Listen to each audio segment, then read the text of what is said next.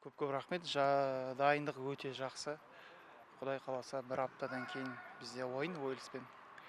Дайындық өте жақсы, барлығы қалағанымыздай өтіп жатыр деп ойлаймын. Турция еліндеміз қазір. 2 жаттығу жасап, күніне жақсы дайындық үстіндеміз. Бас бапкермен күндіге сөйлесеміз.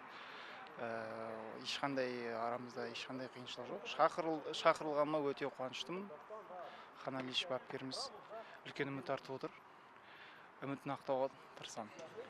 Ол сезімді шақырылған адам ғана біледі деп ойлаймын. Ұлттық құрамаға қазақтың намысын қорғау деген әр спортшыға, азаматқа ол өте үлкен жауапкершілік деп ойлаймын.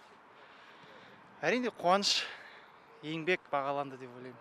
Бүкіл Атырау халқы сенім артып отыр, қазақ елі сенім артып отыр. Сенімдерін ақтауға тырысамыз. Иә, қарсыласты жасыратын жоқ. Барлығымыз білеміз қандай қарсылас екенін. Талдау күніге жүріп жатыр. Бар күшіміз саламыз. Жеңіске жетуге қажетті пайда алуға.